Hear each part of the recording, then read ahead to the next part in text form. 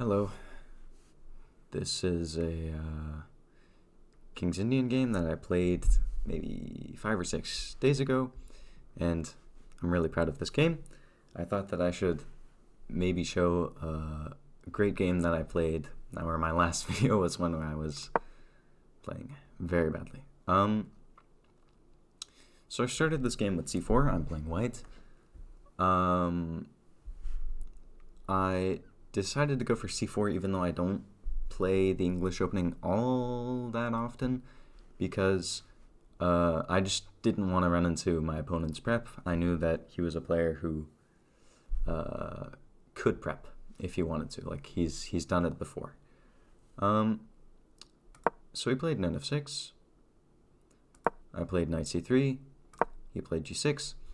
And here I just decided, you know what, I'm going to play d4 because I know that he's a King's Indian player, and I thought that I had like some prep here, so I wasn't that afraid of going into this opening. He plays bishop g7, obviously not d5, that would be a Grunfeld. E4, d6, bishop e2. So bishop e2 is kind of a strange move order. Usually white starts with knight f3, castles, bishop e2, and this is like the classical variation of the King's Indian, kind of. It's called the orthodox variation. But it's a very normal way to play. But I start with bishop e2 for a reason, which is after castles, I play bishop g5. Going into the Averbakh variation, which is something that I play a lot in blitz and rapid games, but I've never played this over the board in classical. This is a classical game, by the way. I forgot to mention that, I think. So he plays h6. I go bishop e3. And it's very normal in this opening for black to go c5 and transpose into some kind of a Benoni, where white maybe plays d5, and it turns into a Benoni structure. But my opponent does not do that. He plays c6. And here I am basically out of theory already. The Averbakh variation of the King's Indian defense is kind of more of a plan-based opening and less of a theory-based opening, at least in my opinion. That's how I play it. So white's plan is kind of to go queen d2, play f3, not f4, f3, and long castle at some point. In the game, I thought here for a while, and I was kind of confused of if I should play something really aggressive, because c6 is a little bit slow. Like, maybe I should go like g4 or something crazy, which, as you can see, the computer doesn't like, so I'm glad I didn't go for that. I end up just playing queen d2, playing something safe that I know. He goes king h7 because his h6 pawn would be hanging. I can take twice. And I go f3 to prevent knight d4. As you can see from the arrows, I've analyzed this once before. So before, both my bishop and my queen were covering g4, so he could never play knight g4, hitting my bishop on e3. But now, only one piece covering g4, and I don't really want to give away my light squared bishop after he plays knight g4. It's not necessarily that knight g4 is like the end of the world, but it's just not the greatest thing to allow. Also, f3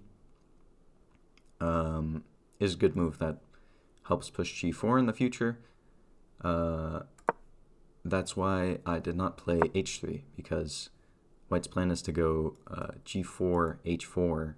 So if my pawn is on h3, helping defend g4, then I can't play h4 as easily. It's not great. He plays knight bd7, normal developing move. And here, what did I play? I played long castles. It's a pretty normal move, but in hindsight, it probably would have been better to just continue developing with a move like knight h3. And it's usually good to do this kind of thing where you don't castle immediately. So your opponent doesn't really know which side you're going to castle towards, which makes it a bit more difficult for him to start pushing his pawns over on the queen side if I just end up castling king side anyways. But I castled immediately. I was also thinking here about playing some g4 or h4 stuff, but I decided to just keep my pawns on the king side flexible and to not do anything weird. He played a6, which is preparing b5. I thought that this was pretty natural, so I decided to just go g4, which is a pretty simple move to make. It's just taking more space on the king side, and I want to go h4, g5, something like this, blast things open on the king side. So he goes b5, and here I make one of my maybe most questionable moves of the game. I think a majority of this game I played very well, and I didn't make that many mistakes, but here, playing c5 probably wasn't that great. So it's pretty normal in King's Indian based openings, just in general, that you want to ignore your opponent's attack if you can. So you really shouldn't be making defensive based moves like c5. c5 does basically nothing for me. All it's doing is making sure that he can't open up the b file easily. So yeah, probably not great. And in the game, after I played it, I was like, oh, this was probably not good, you know, because now he has some queen a5 ideas. All of a sudden his attack is a bit real. Like it's not just ideas, now it can actually happen. But he ended up playing a5, which was a move that I was somewhat happy to see, because now his attack over here is a bit slower than mine. If he ever pushes, you know, both of his pawns to a4 and b4, let's say, if he ever tries to pawn break with, let's say, a3 or b3, then I'll push the opposite pawn. So if a3, then I'll play b3 myself, and if he plays b3, then I'll play a3 myself, and he'll never open up the lines over by my king. So I play h4, just, again, starting to attack, not really thinking that much about these moves, maybe. Also, the threat is pretty simple. I want to play g5, so let's say black makes a random move, and it's white to move. Then you can play g5, and if he takes it, then I take back with check. His knight's hanging, so his only option is knight h5 if he doesn't want to lose a piece. And then something like f4, and there's a lot of things hitting the knight on h5. Obviously, the game continues, but I should probably win a pawn here and get some kind of attack. So, obviously my opponent sees that. He doesn't play rook a7. And he plays h5, which is a relatively normal move. I thought that this was also the move I would play if I were playing black. And I maybe should have calculated a bit more, because e5 is a very strong move. But all I really saw was, okay, don't play g5. g5 is very bad, because no matter what, these pawns over on the king side will always stay locked. Like, there's nothing I can do to blast it open anymore. Even if I play f4, f5, and take, he'll just take back with the f7 pawn, and this pawn structure will stay locked forever. So I took. He took back with the knight. I played f4, which is a fine move, but in hindsight, I think that this is maybe my second questionable move of the game. I really should have maybe calculated these lines a bit more, but it ended up working out. He played knight g3, which is hitting my rook, and the computer actually says that the best line is just to play knight f3 and sack the exchange. And this position, I had considered it, but I really thought that white had like nothing here. Like, okay, you just gave up the exchange. Why did you do that? But yeah, clearly the computer disagrees, and sometimes it's more difficult to visualize things over the board than obviously it is in analysis when you can play out the moves. So that would have been very strong, but I played another strong move, rook h2, keeping the exchange. And there are some things to look at here with b4, and am I losing the pawn on e4 because it's a bit loose. But in the game I was planning to play queen e1, and his knight's hanging. So if he takes my knight, I'll take his knight. He can take a pawn with check, and I'll just go king b1. So long as I'm careful that he doesn't put his queen or his bishop on this diagonal, and I, watch that very carefully, he basically has no attack on the king side. So this did not happen. Instead, he took on e2, which is a very human move because he's just keeping the long-term advantage of having the bishop pair. So I took back with the knight. I wanted to bring this rook into the game. He played his knight to f6, and I played a very, very strong move here, which I'm glad that I found. I played h5. So I didn't really calculate that much with this move. It was very instinctual that I knew that being able to blast open the king side and open up the h-file would be very good for my position. Knight g4, which hits my rook, but I have the intermezzo move, h takes g6 check. He's forced to go king g8 because if he takes, then I play f5 check, and he has to sacrifice the bishop because if he plays king here, it's just a simple mate in one. So he can't do that. He has to play king g8. And I played rook g2, which is another very good move. I'm not necessarily afraid of losing my pawn on g6, because if I ever take on f7 with check, I thought that I was kind of helping him consolidate on the king side. He can play something like rook takes f7, and it's just not clear. I thought that this pawn was kind of important for me to keep so that it controls the h7 square.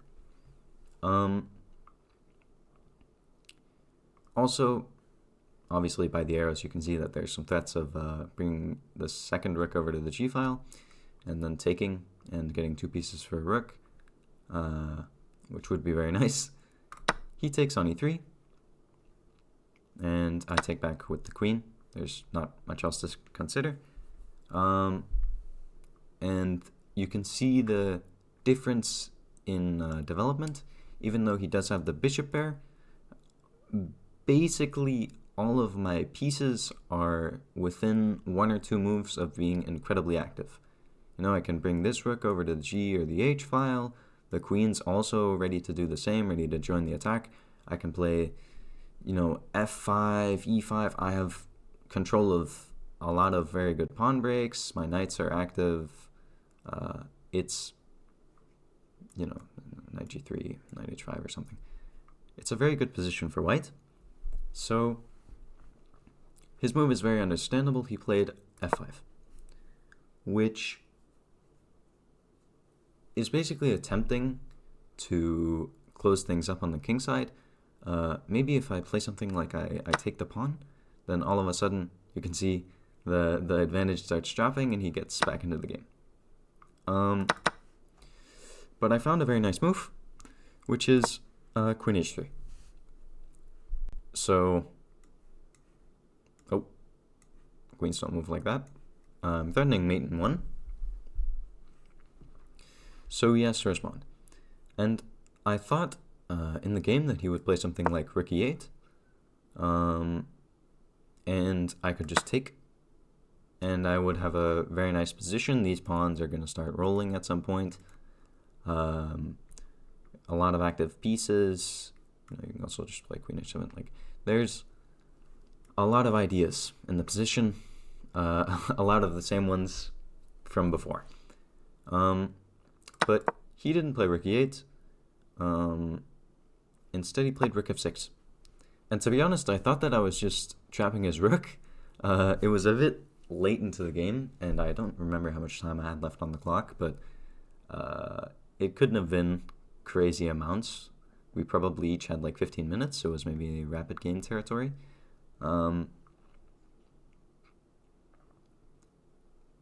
But he played rook f6, yeah.